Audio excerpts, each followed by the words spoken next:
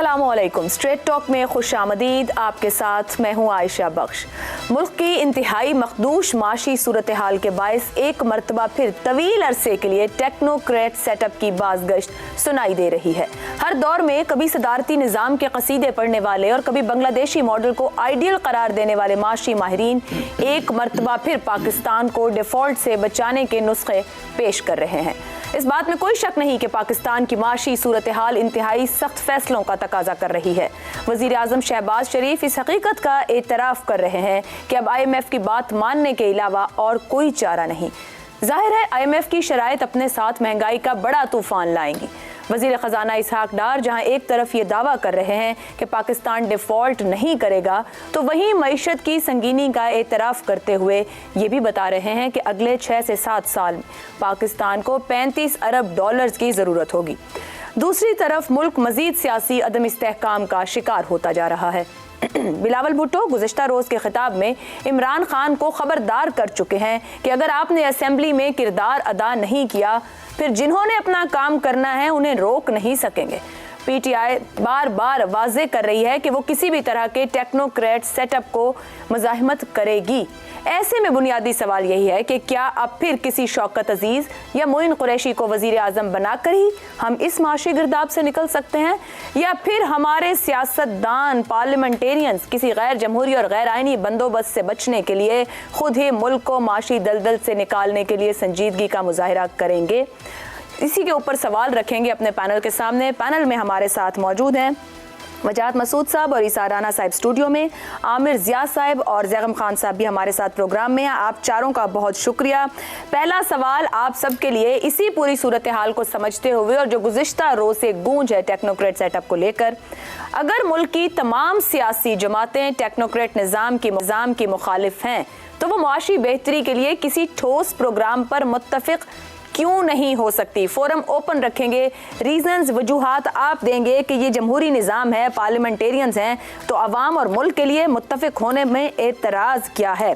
कुछ statements PTI की तरफ से ख़ास तौर पर मैं तज़किरा करूं कि कहा गया है कि अगर ऐसी कोई बात हुई तो उसकी मुज़ाहमत की जाएगी। हुकूमत की तरफ से बहुत खामोशी है, वफाकी वज़रा की तरफ से बहुत खामोशी है। आखिर ऐसा क्यों है? कहीं खामोशी नीम रजामंदी तो नहीं है? वजाहत साहब। बहुत शुक्रिया Ayesha. I take 2 to 3 minutes. एक बात तो ये है कि जो टेक्नोक्रेट निज़ाम है ये हमारे कॉन्स्टिट्यूशन से डिविएशन है, और दूसरी बात यह है कि ये नुस्खा हम आजमा चुके हैं। 54 में कैबिनेट ऑफ टैलेंट गुलाम मोहम्मद, 58 से 69 बल्कि 72 तक क्या था? मार्शल लॉ टेक्नोक्रेट निज़ाम ही होता है। 77 से 88 तक क्या था? 99 से 2008 तक क्या था? कि कौन लोग थे? ये मोहम्मद शुएब, महबूबुल हक, मोइन कुरैशी और शौकत अजीज़, ये जो मुल्क इस मुल्क की तरफ पलट के नहीं आए। दूसरी बात मैं आपसे अर्ज़ करूँ कि टेक्नोक्रेट निज़ाम और मुआशी ठोस प्रोग्राम की जब आप बात करते हैं तो इसमें तज़ाद है। ठोस मुआशी प्रोग्राम पॉलिटिकल बुनियादों पे आवाम की तायद हासिल करने का नाम है, और सियासी जमातों में ब्रॉडर मुल्क की तरक्की को सामने रखते हुए इख्तलाफी मुआशी program, left of the centre, right of the centre वगैरह कोई गैर जमहूरी बात नहीं है। लेकिन जब हम टेक्नोक्रेट निज़ाम की बात करते हैं तो दरअसल हम एक अबूरी, एक जिसे हम कहते हैं प्रोविजनल ऐसे निज़ाम की बात करते हैं जो बिलाखिर जो है वो पैवस्ता मुफादात, एंट्रेंच्ड इंटरेस्ट्स के हाथ में खेलता है। It is absolutely unacceptable, it is absolutely unworkable.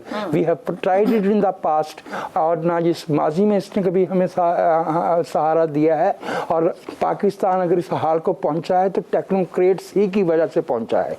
This technocratic tyranny जिसकी तरफ आपने इशारा किया, आप इसको डिविएशन समझते हैं कॉन्स्टिट्यूशन से।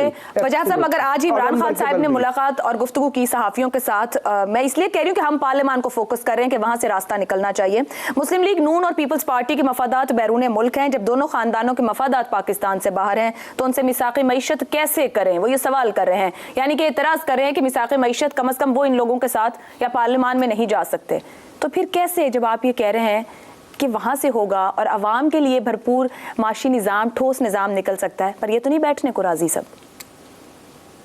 वजाहत साहब? आप मुझसे जी, पूछिए। आप ही से पूछिए। इमरान खान साहब का ये जुमला जो है ये बजाते खुद बेमानी है कि इन ख़ानदानों के साथ से जो है वो इस मुल्क से बाहर हैं, आप ऑडिट कर लीजिए ब्यूरोक्रेट्स के और जो रियासती मशीनरी है और इमरान खान के इर्द गिर्द मौजूद लोगों में से कितनों के साथ से जो है वो इस मुल्क से बाहर हैं। ये सिरे से कोई दलील ही नहीं है, और ये दलील ही नहीं है क्योंकि इमरान खान साहब बुनियादी तौर पे डेमोक्रेटिक एंगेजमेंट की बजाय तो फिर अपनी क्यों कहाँ तलाश करें वजाहत साहब? जो मेरे सवाल का क्यों है वो कहाँ तलाश करें? पार्लियामेंट में जाए ना, पार्लियामेंट में। ठीक है, ठीक है। इस्तीफे दिए हैं तो फिर दे दें इस्तीफे, अगर इस्तीफे नहीं दिए तो आते हैं उसके ऊपर भी आएंगे। आमिर ज़िया साहब, क्यों मुत्तफिक नहीं हो सकते? अगर सब समझते हैं कि टेक्नोक्रेट निज़ाम हल नहीं और माशी बेहतरी के लिए बैठें बात करें, मगर नहीं, क्यों? देखिए, टेक्नोक्रेट निज़ाम पे मैं जरा बाद में आता हूँ। पहले हमें आयशा साहिबा कि ये निज़ाम क्यों नहीं डिलीवर कर पा रहा, ये बहुत बड़ा सवाल है। बात ये कि जो सख्त फैसले करने हैं और जिस तरह की इस्लाहात की जरूरत है, वो कोई भी सियासी जमात जो पीडीएम की है, जबकि उसकी नजरें आने वाले इलेक्शन पे हैं, वो 6 महीने बाद हो, वो साल भर बाद हो, 1.5 साल बाद हो, जब भी हो, तो वो लोग इस चीज से बिल्कुल मतलब उन्हें पता है कि अगर हमने वो इक़दाम किए कि जिससे मतलब मईशत की आपको कहते हैं ना पेटी कसनी होगी, आपको इस्लाहात करनी होगी, तो ये लोग अगले इलेक्शन हार जाएंगे। तो पहली वजह तो ये है कि जनाब ये लोग जो है किसी भी किस्म की इस्लाहात के मूड में ही नहीं है। और जब आप देखें, और दूसरी बात है कि जो इनके साखदार साहब जो कि मेगा फेलियर साबित हुए हैं, वो आए थे ये दावा करके कि मैं डॉलर को 200 रुपए पे लेकर आऊंगा और मैं एकदम बहाल कर दूंगा, लेकिन वो ये भूल गए कि जिस जमाने में वो IMF से डील किया करते थे, उस जमाने का पाकिस्तान और उस जमाने की दुनिया जो आज बहुत तब्दील हो गई है। साखदार साहब बिल्कुल नहीं बदले, कभी भी रिफॉर्मिस्ट वजीर खजाना नहीं रहे। इनका हमेशा से ये रहा है कि नंबर फजिंग कर ली, आर्म ट्विस्टिंग कर ली, और ये उसी तरह से उन्होंने कोशिश की करने की। तो उसके नतीजे में आज हमारे यहाँ डॉलर के 4 रेट हैं। एक रेट ओपन मार्केट है, इंटरबैंक का अलग रेट है, क्रेडिट कार्ड का अलग रेट है और ब्लैक मार्केट का अलग रेट है। तो उसने क्या किया कि पूरी आपकी मईशत को ट्रिपल कर दिया, मफलूज कर दिया। आपके यहाँ जो है फैक्ट्रीज बंद हो रही हैं, हम लोग टेक्निकल डिफॉल्ट कर चुके हैं।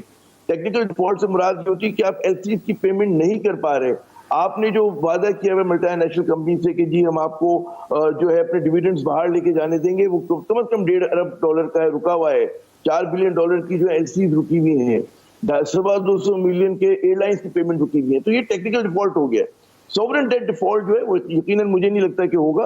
वो इसकी वजह ये है कि अमूमन ये होता है कि पाकिस्तान एक बड़ा मुल्क है, 22 करोड़ का न्यूक्लियर पावर है, तो आपको रोल ओवर कर देंगे। जो मल्टीलैटरल होंगे या बायलैटरल लोग होंगे वो रोल ओवर कर देंगे। आमिर साहब, तो फिर इस सारे माहौल और सूरत हाल में आप जो नक्शा सामने रख रहे हैं, फिर क्या कहा जाए कि जाएंगे इसके ऊपर, ये लोग बैठेंगे बात करेंगे या नहीं उस तरफ जाएंगे?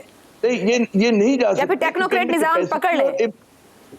मैं आ रहा हूं, मैं कह रहा हूं पहले तो आप ये देखें ना, जिन पे हम उम्मीदें हैं, हमें जिस पार्लियामान पे, अधूरी पार्लियामान पे उम्मीदें हैं, क्या इनमें कैपेसिटी, इनमें एबिलिटी है? जब इनको मौका मिला तो इन्होंने क्या कारनामे अंजाम दिए? हमारी मईशत जो है ओल्ड बॉयज क्लब और रिच बॉयज क्लब में फंसी हुई है। वही लोग आप देखें मिलिट्री रूल में भी वही हफीज शेख आते हैं, वही शौकत तरीन आते हैं, वही साखदार साहब आते हैं, या सिविलियन गवर्नमेंट में भी इस मोरल सही चेहरे। तो ये जब तक आप निकलेंगे नहीं, आप नए लोग लेकर नहीं आएंगे। और ये क्योंकि हमारी पार्टियां जमहूरियत के नाम पे गैर जमहूरी हरकतें करती है, गैर जमहूरी पार्टीज हैं, डायनेस्टिक पॉलिटिक्स करती हैं। मतलब है इसके अंदर जो है हर सतह के ऊपर आप देख लें। तो मैं आपको अगर किसी से ये उम्मीद है कि जनाब ये लोग रिफॉर्म करेंगे, तो मेरे ख्याल में हम अपने आप को खुद फरेबी में मुब्तला कर रहे हैं। तो अब हमें सोचना चाहिए कि इस गर्दाब से निकले कैसे। उसके लिए तजावीज़ हैं, यानी कि कौमी हुकूमत आ जाए। कौमी हुकूमत में ये होता है कि तमाम पोलिटिकल पार्टीज के जो अच्छे लोग हैं वो शामिल हो जाएं। उसके अंदर भी एक मतलब है कि एक डेमोक्रेटिक वो रिफ्लेक्ट करता है, will of the people reflect करती है, प्रो पीपल गवर्नमेंट होनी चाहिए। दूसरा ये होता है कि उसमें आप टेक्नोक्रेट्स को इन्फ्यूज करें। आप फिर कोई हल नहीं ना, अगर हमने पार्लियामान की तरफ देखना है या पार्लियामान की तरफ नहीं देखना, यही पे तो सवाल आ गया। ज़ैगम साहब, ये गुफ्तगू आमिर साहब, पार्लियामेंट रिडेंडेंट है, पार्लियामेंट रिडेंडेंट हो चुकी है इस वक्त आपकी, वो बिल्कुल इस वक्त कुछ कर ही नहीं पा रही है। वो अगर कानून साजी तो करप्शन इसी सवाल को लेकर ज़ैगम साहब, अगर आमिर ज़िया साहब कह रहे हैं पार्लियामेंट रिडेंडेंट है, तो ये तो फिर हमने खुद अपने हाथों पार्लियामान अपना सब कुछ देना चाह रही है या छोड़ना चाह रही है कि हम वो फैसला साज नहीं जिन पर अवाम ने भरोसा किया, फैसला कोई और करे। तो ये तो सबको पता है कि माशी इमरजेंसी इस वक्त सूरत हाल का तकाजा है, तो फिर उसकी आड़ में ये टेक्नोक्रेट निजाम ही है हल जो यहाँ नजर आ रहा है, यदि इसको प्रीच किया जा रहा है उन लोगों की तरफ से जो CV रखते हैं इस निजाम के लिए। इस वक्त टेक्नोक्रेटिक निज़ाम भी हल नहीं है और पार्लियामेंट अख्तियार देकर भी इस मसले को हल नहीं कर सकती और अख्तियार लेकर भी इसको हल नहीं करना चाहती। मेरी राय में पाकिस्तान में एक मिसाक मईशत मौजूद है, ना सिर्फ पाकिस्तान की सियासी जमातों में बल्कि पाकिस्तान की तमाम अशराफिया में। और वो मिसाक ये है कि पाकिस्तान की जो एलिटिस्ट इकानमी है, जो अशराफिया को फ़ायदा देने वाली इकानमी है, उसको जारी रखना है, उसको बदलना नहीं है। इस वक्त उस मिसाक की ज़रूरत है कि पिछले मिसाक को बदला जाए। अब अशराफिया अपने मफादात को छोड़े और कौम के और अवाम के मफादात की फ़िक्र करे, क्योंकि अगर ये ना किया गया तो उनके अपने मफादात भी बाकी नहीं बचेंगे। मैं आपको कुछ बातें बता देता हूँ। आप 6 साल के तनाजुर में देख लीजिए, आप 20 साल के तनाजुर में देख लीजिए, आप 50 साल के तनाजुर में देख लीजिए, आपको एक कंसिस्टेंसी नज़र आएगी, आपको नज़र आएगा एक तसलसल। ये इत्तफ़ाक़ राय है कि पाकिस्तान में रिफॉर्म्स नहीं करनी, IMF से झूठे वादे करने हैं, लेकिन जो रिफॉर्म के वादे लिख कर करने हैं उनके साथ उन पर भी अमल नहीं करना, रास्ते में से छोड़ना है। पाकिस्तान ने दुनिया में सबसे ज़्यादा IMF के प्रोग्राम किए, सिर्फ एक को पूरा किया। उधार लेना है, खैरात मांगनी है, टैक्स बेस को नहीं बढ़ाना है। दुनिया का कम तरीन टैक्स बेस वाला मुल्क है एक पाकिस्तान। IMF को 2019 में लिख कर दिया कि GDP का 15% तक टैक्स की बेस ले जाएंगे, इस वक्त भी सिर्फ 10% है। बड़े बड़े सेक्टर जिनके पास चौथाई मईशत है, 1% भी टैक्स नहीं देते, लेकिन नहीं लेना चाहते। फिर बरामदात को नहीं बढ़ाना, कंजम्पशन लेड इकानमी रखनी है, मईशत के उन सेक्टर्स को फ़रोग़ देना, उन सेक्टर्स को मराद देनी है जो पाकिस्तान में कंजम्पशन को बढ़ाएं, इंपोर्ट्स को बढ़ाएं। एक्सपोर्ट के सेक्टर पे तवज्जो नहीं देनी, वो हालात पैदा नहीं करने कि दुनिया से यहाँ लोग आकर इन्वेस्टमेंट करें, फॉरेन डायरेक्ट इन्वेस्टमेंट आए। वो जुडिशल रिफॉर्म नहीं करनी जिसकी वजह से ईज़ ऑफ बिज़नेस डेवलप हो, जिसकी वजह से बाहर के सरमायादार का पाकिस्तान में एतमाद हो। आप 2018 से देख लीजिए, एक माशी बहरान मुस्लिम लीग नवाज़ छोड़ कर गई, और इन्हीं वजूहात की बुनियाद पर। उसके बाद PTI आई, पहले साल क्या किया, पूरी तरह रेजिस्ट किया कि IMF के पास ना जाएं, क्योंकि IMF आपको रिफॉर्म करने का कहेगी, वो कहेगी कि घर को ठीक करें। पूरी दुनिया में भागे फिरे भीख मांगने को, और उस एक साल का नतीजा फिर अगले साल में देना पड़ा कि 100 जूते भी खाए, 100 प्याज भी खाए, हफीज़ शेख को बुलाया, कुछ रिफॉर्म किए, फिर वहाँ से भाग गए। फिर शौकत तरीन साहब आए, वो फिर उन्होंने IMF के प्रोग्राम से आपको निकाल दिया। नतीजा क्या निकला, दोबारा से 2018 वाली सूरत हाल, $18 बिलियन का करंट अकाउंट डेफिसिट, 5,500 अरब का बजट का खिसारा। फिर माशाल्लाह ये हुकूमत आई, शुरू में कुछ करने की कोशिश की, सख्त फैसले किए, उसके बाद फिर से अब वही डगर है कि रेजिस्ट किया जा रहा है। जो चीज़ें IMF से वादे किए हैं उनसे, उन तमाम चीज़ों को रेजिस्ट किया जा रहा है, नहीं की जा रही, वही किया जा रहा है जो मेरे कोलीग कह रहे हैं, और हम सर्कल्स में घूम रहे हैं। दुरुस्त हो गया ज़ैगम साहब, आपने जितनी सारी बात कही बिल्कुल दुरुस्त फैक्ट सामने रख दिया, मगर मैं उसको एक ही जुमले में इसार साहब आपकी तरफ लाऊंगी कि हमने अपना घर ठीक ही नहीं करना है। और जब घर ठीक नहीं करना, और मैं ये कह रही हूँ कि किसी माशी प्रोग्राम पर मुत्तफिक नहीं हो सकता ये पार्लियामेंटेरियंस जो आवाम का वोट लेकर, इनकी नीयत ही नहीं है घर ठीक करने की, फिर तो अब कोई रास्ता नहीं है, वे आउट नहीं है। फिर बात वहीं जाएगी कि जहाँ इख्तियार है, जहाँ ताकत है, वो जैसा चाहे निज़ाम को रंग दें, जिधर चाहे मोड़ दें। देखें, 2 चीज़ें हैं। एक तो जो ये आपका सवाल है, इसमें खुद एक सवाल है कि टेक्नोक्रेट हुकूमत का फ़ैसला किसने करना है। अगर फ़ैसला किसी और ने करना है तो फिर ये जो जमहूरी निज़ाम का ड्रामा ये क्या है, इसकी क्या वक़्त और हैसियत और औकात है। दूसरी चीज़ ये है कि हम जो ये कह रहे हैं कि जी टेक्नोक्रेट्स की हुकूमत आनी चाहिए या नहीं आनी चाहिए, हमारे पास इख्तियार कब है इस बात का? क्या हम इस जोगे हैं जुर्म ज़ईफ़ी की सज़ा मर्गे मुफाजात, क्या हम इस जोगे हैं कि हम अपने फ़ैसले करें कि हमारे पास कौन सा सिस्टम होना है? सर क्यों नहीं पार्लियामेंट अपने फैसले खुद कर सकती? कौन सी पार्लियामेंट? किस पार्लियामेंट की आप बात कर रही हैं? वही जो वोट लेकर आ रहे हैं आवाम से, जो अपने मफादात के लिए फिर फैसला आवाम के लिए नहीं करते, अपने ज़ाती मफाद। किस पार्लियामेंट की बात कर रहे हैं? जो आप पार्लियामेंटेरियन कह रहे होते हैं, वो खुद पार्लियामेंटेरियन उस पार्लियामेंट को तस्लीम नहीं कर रहे होते। माजी में भी PTI ने उस पार्लियामेंट को तस्लीम नहीं किया, इस बार भी इस पार्लियामेंट को वो तस्लीम नहीं कर रहे। आप किस पार्लियामेंट की बात कर रहे हैं? वज़ीर आज़म तो शायद कोई भी किसी पार्टी का जो लीडर है वो बड़े अच्छे अंदाज से नहीं वहां गया, चाहे वो नवाज शरीफ रहे हो या इमरान खान रहे हो, मुझे एक बात का जवाब दें। अल्हम्दुलिल्लाह में एक एटमी ताकत है, ہم ایک دنیا کے اندر پاپولیشن کے حوالے سے بھی ہم ٹاپ 10 کے اندر آتے ہیں. کتنی شرم کی بات ہے کہ ہمارا وزیر اعظم ایک دفعہ نہیں, 2 دفعہ نہیں, 3 دفعہ, 100 دفعہ کہتا ہے وہ IMF ہماری ناک رگڑوا رہی ہے. اس نے ہماری گردن پہ پاؤں رکھا ہوا ہے. بھائی کیوں رکھا ہوا ہے؟ پاکستان میں آج تک سوائے ایک بجٹ کے کوئی ایک بجٹ آپ بتا دیں جو سرپلس گیا ہو. سب خسارے میں. کیوں ہے خسارے میں؟ IMF لیوی تو ختم کروا دے گا, ٹیکسز جو غریب عوام پہ لگوا دے گا.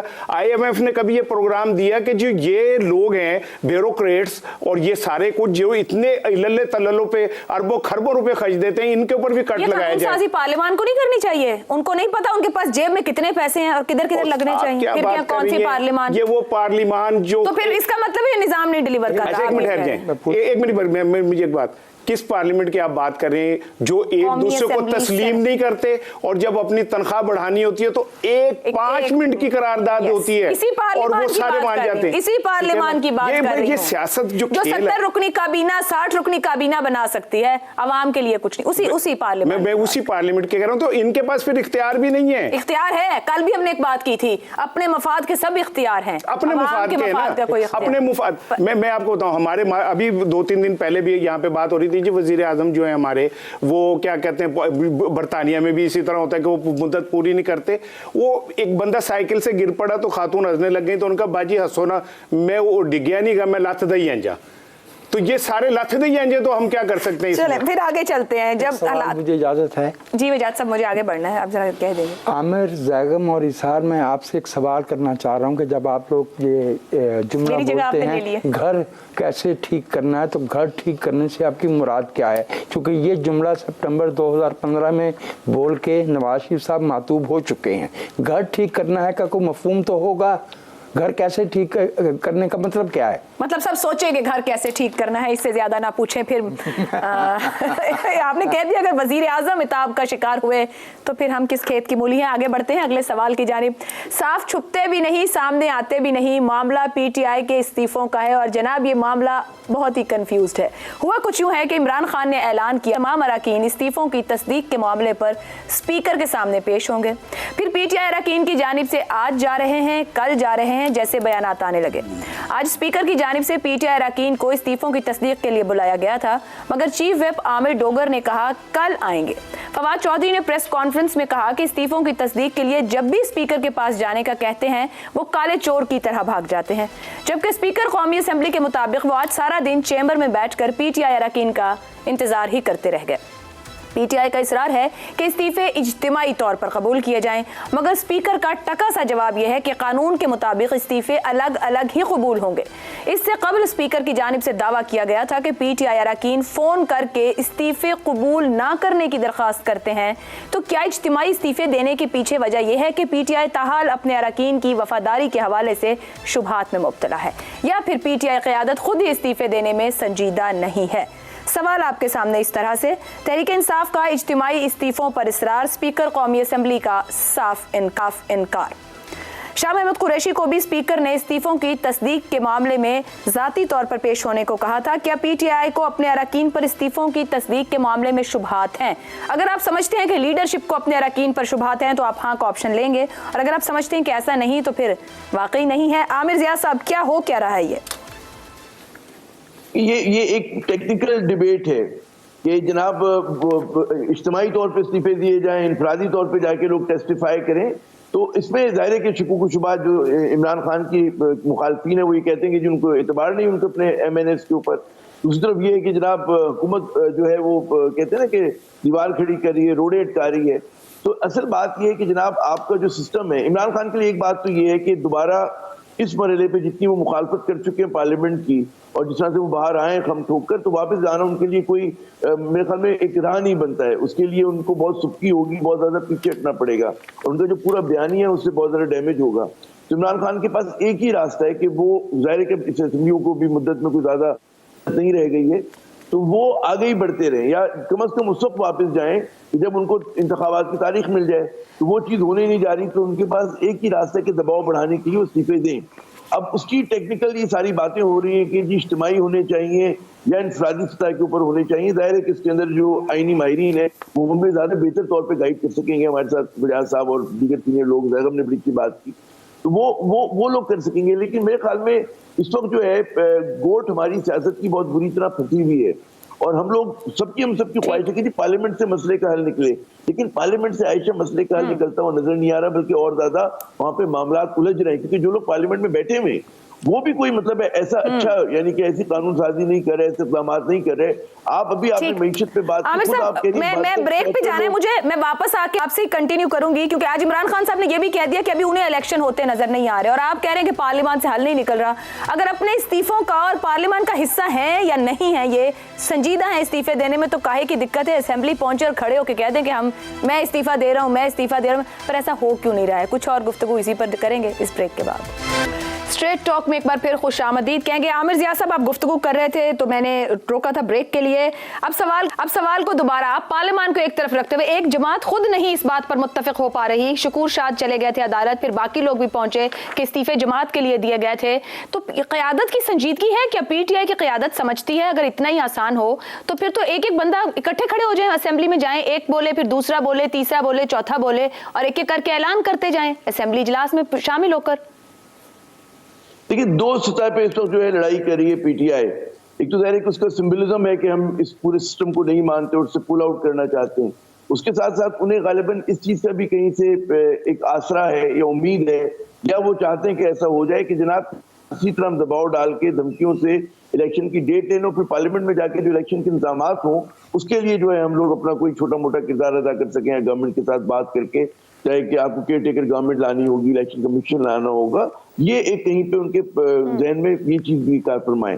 لیکن یہ جو آپ نے بھی عمران خان کا بیان کوٹ کیا تھا کہ جن انتخابات کی امید نہیں ہے, تو عمران خان کو کیا بہت سارے لوگوں کو جو ہے امید واقعی مجھے ہوتے ہوئے نظر نہیں آ رہے.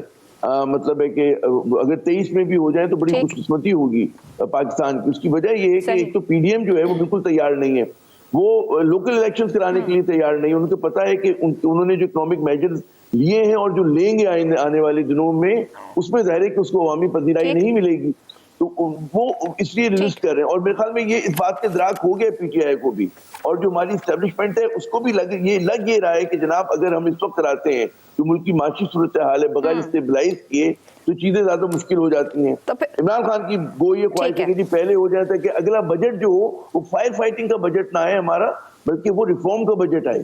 اب یہ اصل لڑائی ہے کہ بجٹ میں کوئی دینے کو ہو تو اس طرح بڑھ سکیں گے نا. عامر صاحب, یہی تو لیڈرشپ کے سوچنے کی بات ہے. زیغم صاحب, جو بات عامر صاحب کر رہے ہیں, میں پی ٹی آئی میں فوکس رکھتی ہوں, کیا قیادت سنجیدہ ہے کہ استعفے دینے ہیں, یا شبہات میں ہے کہ ان کے ارکان ساتھ نہیں کھڑے ہوں گے. ایک آڈیو وائرل ہو رہا ہے فواد چودھری کو لے کے, جس کے اندر وہ بات کر رہے ہیں اور پوچھ رہے ہیں کہ اپنا پیغام شہباز صاحب تک پہنچا رہے ہیں, وزیر اعظم تک, کہ پتہ کریں کہ وہ ہم کیا چاہ رہے ہیں ہم سے, کہ ہم کیا مینج کر سکتے ہیں ان کے لیے, اور کتنا. پی ٹی آئی واپس پارلیمان جا سکتی ہے؟ ساتھ اس کو بھی ایڈ کر لیں.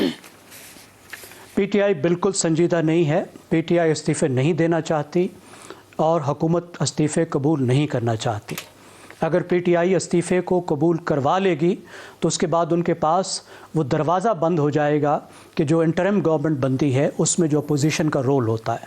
18ویں ترمیم کے بعد اپوزیشن لیڈر کا بہت اہم رول ہے. اور اگر کوئی الیکشن کی ریفارم کرنی ہے, انٹرم گورنمنٹ پر کوئی اتفاق کرنا ہے, الیکشن کمشنر کے معاملے پر کوئی بات طے کرنی ہے, تو اسمبلی میں واپس آئے بغیر نہیں ہو سکتی. لیکن عمران خان اسمبلی میں اسی وقت آنا چاہتے ہیں جب ان کو کسی طرح کی فیس سیونگ دی جائے, اس کے بغیر نہیں آنا چاہتے. قانونی طور پر, آئینی طور پر انتہائی سادہ معاملہ ہے. یہ کوئی ایسی بات نہیں ہے جس کے لیے بہت بڑے کانسٹیٹیوشنل ایکسپرٹ کی ضرورت ہو.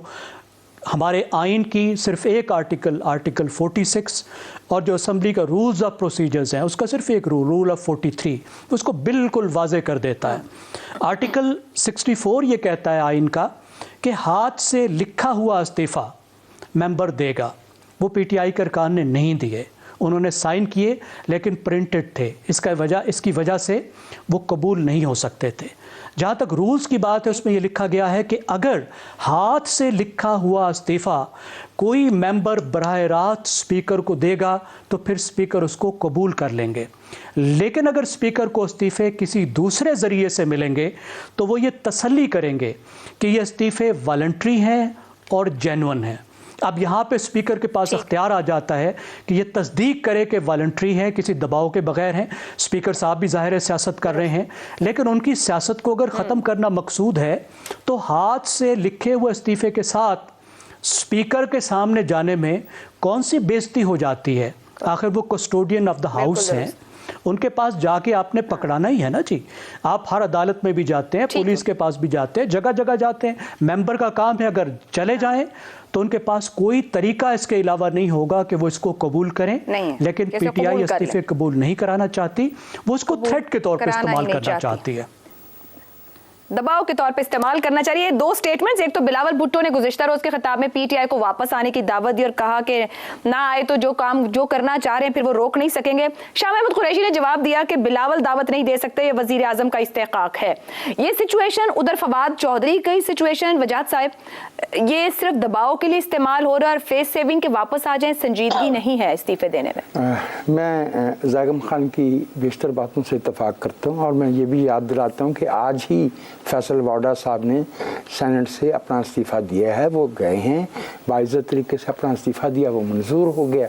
मेरा एक सवाल है कि हर दफ़े 2014 हो या 2022 हो, पीटीआई इस्तीफ़े देने का ऐलान करती है तो इन्हें ये बारात लेके जाने में क्या ख़ास दिलचस्पी होती है? क्या रुकने असम्बली हल्फ जब उठाता है तो ये फिर काफ़ी है उसका पार्टी का जो रहनुमा है वो हल्फ उठा ले? जब वो इंडिविजुअली हल्फ उठाता है और जिन रूल्स की आर्टिकल 64 की और रूल 43 की बात ज़ैगम खान ने की है, इसके बाद कोई गुंजाइश नहीं है। मसला ये है कि मेरी राय में इमरान खान साहब की जमात को ये ख़दशा भी है कि उनकी जमात के कुछ अरकान जो है वो स्पीकर के सामने जाके ये कह देंगे कि हुजूर हमसे साइन करवाए गए थे, हमने ये इस्तीफे नहीं देना चाहते। वो ये चाहते हैं कि अगर वो ये चाहते हैं, अब तो मैं समझता ही नहीं कि वो इवन कल भी जो है वो इज्तिमाई तौर पे गए तो ज़ाहिर है कि वो रूल्स की खिलाफ वर्जी होगी। स्पीकर को इंडिविजुअली कॉन्टैक्ट करना है और वेरीफाई करना है कि ये मेंबर पार्लियामेंट जो है रिज़ाइन करना चाहता है या नहीं करना चाहता। मैं ज़ैगम खान से इत्तेफाक करता हूँ, इमरान खान साहब जो है वो इस मामले को मुअल्लक रखना चाहते हैं टिल उनकी बातें मान ली जाएं। लेकिन मैं आखिरी बात कह रहा हूँ, बहुत सा पानी पुलों के नीचे से गुजर चुका है। इसार साहब, ये 123 इकट्ठे कल पहुंचेंगे, परसों पहुंचेंगे, या इमरान साहब ढूंढते ही रहेंगे उनके 123 कहाँ हैं? देखें, जो बेईमानी के काम होते हैं ना, उसका एक असूल होता है कि उसमें आपस में बेईमानी नहीं होती। ये जो सिस्टम है ये सारा कुछ इसी तरह बना हुआ है कि एक दूसरे को सपोर्ट करें। स्पीकर साहब पोली गेंद कर रहे हैं, पीटीआई वाला पोला खेल रहे हैं। वो खान साहब का एक बच्चा स्कूल चला गया ना, पहले दिन तो टीचर ने कहा कि दोदा पहाड़ा सुना, उन्होंने कहा बाजी साहब पीछे निमी ढोलकी तो बजाना। तो ये वो दोदा पहाड़ा सुना रहे, वो निमी ढोलकी बजाए जा रहे। ना उन्होंने इस्तीफ़े देने, ना इन्होंने इस्तीफ़े कबूल करने। इमरान खान को भी इस बात का पता है कि अब इन आनी जानियों का कोई फ़ायदा नहीं है। जो तय हो चुका है वो तय हो चुका है कि इलेक्शन जो है वो अब नहीं होने जो इमरान खान की ख्वाहिश है। और सदर मुमलिकत तो इससे भी आगे की बात कह चुके हैं कि खान साहब भी इस बात की फ़िक्र करें कि वो जो अक्टूबर नवंबर की बात है वो भी पूरी होती है कि नहीं होती। इसार साहब, तो फिर इमरान खान साहब वापस क्यों नहीं चले जाते हैं जब पता है कि इलेक्शन भी नहीं होने और उनकी जमात से लोग भी नहीं समझ रहे कि इस्तीफ़ा दिया जाए इस वक्त पर, निज़ाम का हिस्सा बने रहने में फ़ायदा है, तो पार्लियामेंट में वापस जाने में क्या हर्ज है? आयशा, वो ना मार से डर नहीं लगता, प्यार से डर लगता है। वहाँ जाएं और फिर कोई दोबारा कह दे, कोई शर्म होती है, कोई हया होती है, तो फिर आप क्या कर लेंगे? तो बंदा कुछ जगह पे ऐसी जगह पहुँच जाता है जहाँ से वापसी के अंदर उसको खुद समझ नहीं आ रही होती कि वो क्या करे। खान साहब को एक फेस सेविंग चाहिए, लेकिन इतनी बड़ी फेस सेविंग होनी चाहिए कि जिसके पीछे आके वो पार्लियामेंट में आ सके। अदरवाइज सरे दस्त ना उन्होंने शहबाज शरीफ साहब उन्हें लेने घर चले जाएं, क्या आए हाथ पकड़ के पार्लियामेंट तक लाए वजीर आज़म? में प्रॉब्लम क्या था, रिजाइन किया क्यों था? आर्टिकल 95 मौजूद है ना, अदम इत्मीनान उसके मुताबिक था, तो फिर आपको रिजाइन करने की जरूरत अच्छा नहीं, मैं एक बताऊं, जो ये रिजाइन की पॉलिसी है ना, ये तमाम सियासी जमातें खेलती हैं। आपको याद नहीं, मरियम साहबा ने भी अपने बंदों को कहा था इस्तीफे दे दें, तो एक बंदा तो स्पीकर के सामने जाके मुकर गया था कि मैंने नहीं देना, जिनके 2 नाम लिए थे कि सुबह देंगे। तो ये ऐसा नहीं है कि वो कहते हैं आप लीडर हैं, पर एडे लीडर नहीं है कि साड़ी रोजी नूर तुसी लत मार दियो। तो ये बात अब आपने पॉइंट रखा है कि रोटी रिस्क तो वहीं से ही है, वही सारा कुछ तो वहीं से आ रहा है। ठीक है, ठीक, उनकी मौजा लगी हैं, कौन कहता है कि मौजा मुकजन, भाई उनको टीए मिलता है, उनको जनाब अली मुफ्त की मेडिसिन फैसिलिटीज मिलती हैं, उनको टेलीफोन, बिजली, गैस, सारा कुछ वहां मिलता है। दुनिया में एक जुमला सिर्फ, दुनिया में आपको पता है सबसे ज्यादा सस्ता मुकाम जो है वो पार्लियामेंट का कैफेटेरिया है। जहां पे आप जाएं तो आपको अंदाजा होगा कि सूप भी अगर 20-30 रुपए का आपको मिल रहा है तो फिर आप समझ लें कि मौजें लगी हुई है, कौन इसको ठोकर मारेगा। बिल्कुल दुरुस्त, बिल्कुल दुरुस्त। एक ब्रेक की तरफ जाना है और गुफ्तगू यहाँ कंक्लूड हुई कि ना इस्तीफे देने के लिए दिए गए हैं और ना जिन्होंने लेने हैं वो कबूल करने को बैठे हैं। ये मामला ऐसे ही चलाकर सिर्फ दबाव बनाया जा रहा है, नताइज के हुसूल के लिए आया होगा या नहीं ये आने वाले दिन तय करेंगे। एक ब्रेक लेनी है, ब्रेक के बाद वापस आएंगे तो हम बात करेंगे कराची में हो रहे स्ट्रीट क्राइम्स और गुज़िश्ता रोज के वाक़े पर इस ब्रेक के बाद। दुनिया के हर मुहज़्ज़ब मुल्क में कोई भी आम शहरी खुद को पुलिस एहलकारों की मौजूदगी में महफूज तस्वुर करता है, क्योंकि पुलिस के लिए मुक़द्दस तरीन चीज़ कानून होता है। मगर मुमलिकत खुदादाद में शहरी अपने ही मुहफ़्फ़िज़ों के हाथों महफूज नहीं। कराची के इलाके गुलिस्तान जौहर में पुलिस एहलकारों ने नौजवान आमिर को घर की दहलीज पर फायरिंग करके कत्ल कर दिया। ये तो सिर्फ एक वाक़या है, ऐसे दर्जनों वाक़यात मौजूद हैं जिनमें शहरी पुलिस के हाथों अपनी जिंदगी गंवा बैठे हैं। कराची में स्ट्रीट क्राइम्स का हाल किसी से ढका छुपा नहीं। एक रिपोर्ट के मुताबिक रवां साल करीबन 58,000 स्ट्रीट क्राइम्स के वाक़यात रिपोर्ट हो चुके हैं। बजाय कि कराची पुलिस शहर में अमनो अमान कायम रखे, उल्टा निहत्ते शहरियों पर गोलियां चलाना मामूल बन चुका है। इसी मामले पर बात करेंगे। ये ऐसा मामला है जिस पर हल नहीं दे पा रहा कराची शहर, सिंध की गवर्नमेंट, ना ही तवज्जो और तरजीह दिखाई देती है। सवाल पैनल के लिए इस तरह से है। इशारे पर ना रुकने वाला नौजवान, पुलिस की फायरिंग से जाँ बहक, 3 एहलकार गिरफ्तार। ये पहला मौका नहीं जब किसी नौजवान को ना रुकने पर गोली मारी गई हो। सिंध में पुलिस गर्दी के बढ़ते वाकयात का जिम्मेदार कौन है? आमिर साहब, आपसे पहले जानना चाहेंगे, सीधा गोली मार देना क्या ट्रेनिंग है, क्या कैपेसिटी है, क्या कैपेबिलिटी है, क्या प्रायोरिटीज हैं कराची पुलिस की? ये बड़ा पुराना दुख है ये, और बार बार इस पे देखें जब कोई नया वाकया होता है इसी तरह की हम लोग बात कर रहे होते हैं। पहली बात ये कि पुलिस की ओनरशिप नहीं है, उसका पुलिस का, हमारी फोर्स का शहर से, अपने मोहल्लों से इतना ताल्लुक नहीं है। मतलब रिश्वत देकर एसएचओ तैनात होता है, वो 2-4 महीने रहता है, 6 महीने रहता है, उसका ट्रांसफर हो जाता है। यही जो हालत है, अगर उसके जो सीनियर पुलिस अफसर है उसकी भी यही हालत होती है कि अगर कोई मतलब है कि साल पूरा कर ले किसी कुर्सी पे तो बहुत बड़ी बात होती है। तो क्योंकि इतनी ज्यादा करप्शन है ऊपर से नीचे तक, अब बड़ा सवाल ये पैदा होता है कि जब पुलिस इशारा देती है तो नौजवान क्यों नहीं रुकता? बड़ा दुनिया के, और जैसे आप फरमा रही थी कि मौजूद मुल्कों में पुलिस इशारा देती है, मुझे भी अगर गाड़ी में कहे हम रोक लेते हैं गाड़ी, हेडलाइट रात के वक्त तो बंद करेंगे, अंदर की लाइट जलाएंगे कि भाई आप हमारा ले लें। लेकिन लोगों को पता है कि गाड़ी वालों को तो गालिबन लोग छोड़ देते हैं, जितनी बड़ी गाड़ी होगी उसकी तलाशी नहीं होगी। लेकिन जो बच्चे बाइक पे जा रहे हैं नौजवान, उनको रोकते हैं, बिला वजह रोकते हैं। उनसे मतलब है कि अगर उनके पास कहते हैं ना कोई चीज, पोटली भी है, कोई भी चीज, उनसे रिश्वत तलब की जाती है, कागजात के नाम पर उनको डराया धमकाया जाता है और रिश्वत देके छोड़ा जाता है। तो लोग जो है बड़े आजिज हैं। पहले ये ज़्यादा ताजील दे रहे होंगे कि जी शहर में इतना ज्यादा स्पीड क्राइम है और ज्यादातर मोटर बाइक पे ही होता है, तो ये खौफ दोनों तरफ है। पुलिस वाले भी डरते हैं कि अगर हम किसी को मतलब है कि हाथ दे रहे हैं और वो नहीं रुक रहा, भाग रहे, तो कोई वाकई क्रिमिनल ना हो। तो ये बात जो है, यानी कि इस वक्त इतना चीजें आवा का आवा हमारा इतना बिगड़ चुका है कि पुलिस एतमाद शहरियों पे नहीं करती। पुलिस जो है मतलब है इसी तरह वो शहरियों के ऊपर, शहरी जो है पुलिस पे एतमाद नहीं करे। ये जब तक हमारे यहाँ पुलिस रिफॉर्म्स बड़े पैमाने पे नहीं होंगे, हमारे यहाँ मतलब है कि अब तक वो पुराने कानून के तहत पुलिस चल रही है और उसके अंदर कोई मतलब है कि कहते हैं ना कि मेरिट के ऊपर लोगों को भर्ती नहीं किया जाता, उस शहर के लोगों को भर्ती नहीं किया जाता, तो उसकी वजह से हालात पेचीदा होते जा रहे हैं। और कोई नई बात नहीं, पिछले 14 बरस से पीपल्स पार्टी के दौर नहीं, उससे पहले भी सूरत हाल थी और हम देख रहे हैं कि हम सीख नहीं रहे। यही थी, अब वही गलतियां बार बार। लेकिन आखिर तो दुरुस्ती की तरफ बढ़ना है। नहीं बढ़ना, आखिर तो दुरुस्ती की तरफ नहीं बढ़ना है। मैं कह रहा हूँ नहीं बढ़ने के लिए तैयार है। ये जो बात है कि हमारी हुक्मरान अशराफिया, इनको परवाही नहीं है अवाम की, ये कोई अवाम दोस्त काम करने के लिए तैयार ही नहीं है। ना ये जुडिशरी में रिफॉर्म करेंगे, ना ये पुलिस में रिफॉर्म करेंगे, ना ये केएमसी में रिफॉर्म करेंगे, कहीं पे रिफॉर्म नहीं हो रहा। तो जाहिर है कि फिर उसके नतीजे में ज़ैगम साहब तो फिर किसको जिम्मेदार ठहराया जाए? सबसे पहले तो फिर पुलिस डिपार्टमेंट को पूछना चाहिए। कम से कम पुलिस को तो अपने लिए खुद काम करना है, वो एक इदारा है, अवाम के तहफ्फुज़ का इदारा है, اگر وہاں پر لوگ ان سے ڈرتے ہیں, وہ لوگوں سے ڈرتے ہیں, تو پھر تو سب سے بنیادی سوال ٹریننگ کا ہے. کیا بتا کر ان کو سڑکوں پر لایا جا رہا ہے؟ جی ٹریننگ کا ہے, اور ٹریننگ کے علاوہ بھی بہت ساری چیزیں ہیں. میں عامر رضا صاحب کی بات سے اتفاق کرتا ہوں.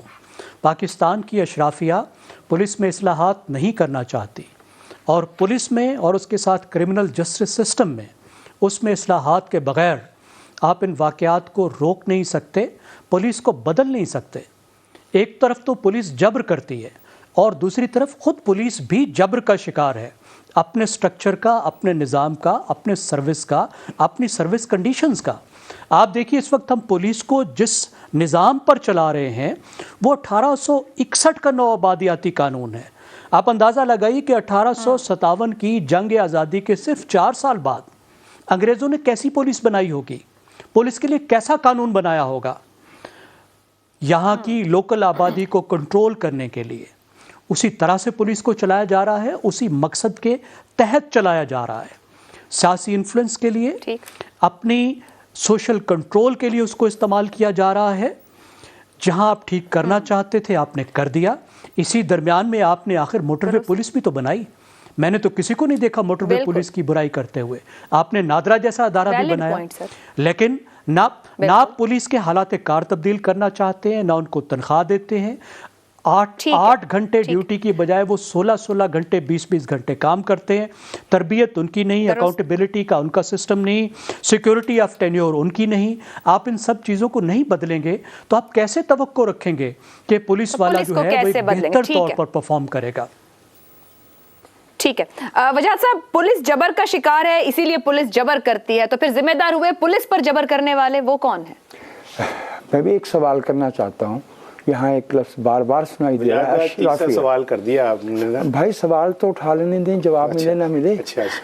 اشرافیہ اشرافیہ اشرافیہ, میرا خیال میں ہمیں کہنا یہ چاہیے کہ اشرافیہ اور حقیقی اشرافیہ.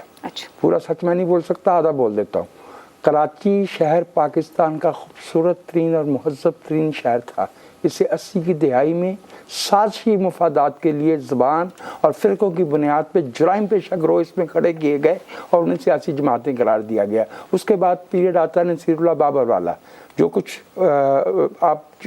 اسٹیٹ کی ریٹ رہ گئی تھی شہریوں کی نظر میں, وہ بھی ختم ہوئی. اور پھر ہم چودھری اسلم اور راو انوار صاحب کے عہد میں پہنچ گئے. وہ لوگ ذمہ دار ہیں, رینجرز کے ہاتھوں میں بھلے وہ مرا نوجوان, سب نے دیکھا یہ بچہ, اور اس طرح کے واقعات ایک سے زیادہ ہیں. وہ لوگ ذمہ دار ہیں جنہوں نے راو انوار سے یہ نہیں پوچھا کہ صاحب تمہیں سپریم کورٹ بلا رہی تھی, تم 30 دن کس غار میں بیٹھ کے مراقبہ فرما رہے تھے, تو پھر رہا ہوتا یہیں لاہور میں. وہ لوگ ذمہ دار ہیں, وہ حقیقی اشرافیہ ہیں. ہم صرف اشرافیہ کہتے ہیں تاکہ مراد اس سے جو ہے وہ ویسٹ کوٹ پہننے والے جو ہے نا local M N A M P A, اس کو مراد دی جائے.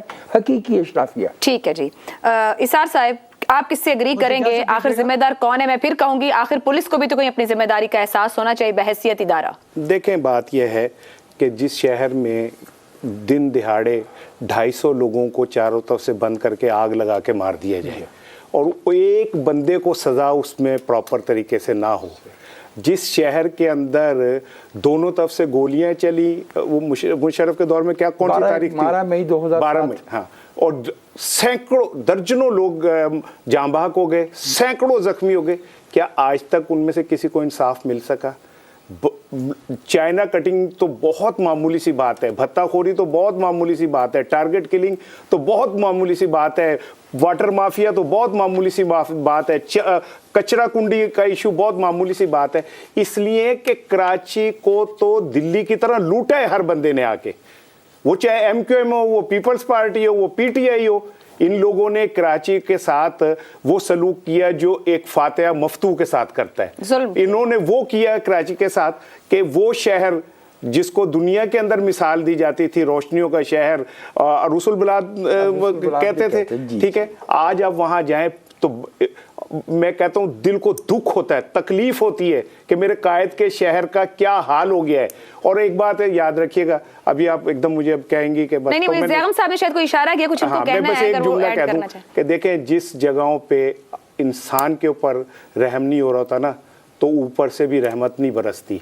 یہ اس معاشرے کے اندر جو بے برکتی ہے، اس معاشرے کے اندر جو اتنی نفسا نفسی پیدا ہو گئی اور ہم ہر جگہ پہ ذلیل ہو رہے ہیں، اس کی وجہ یہ کہ ہم نے زمین پہ بسنے والے لوگوں کے ساتھ انصاف نہیں کیا، ہم نے زمین پہ بسنے والے لوگوں کے ساتھ محبت نہیں کی.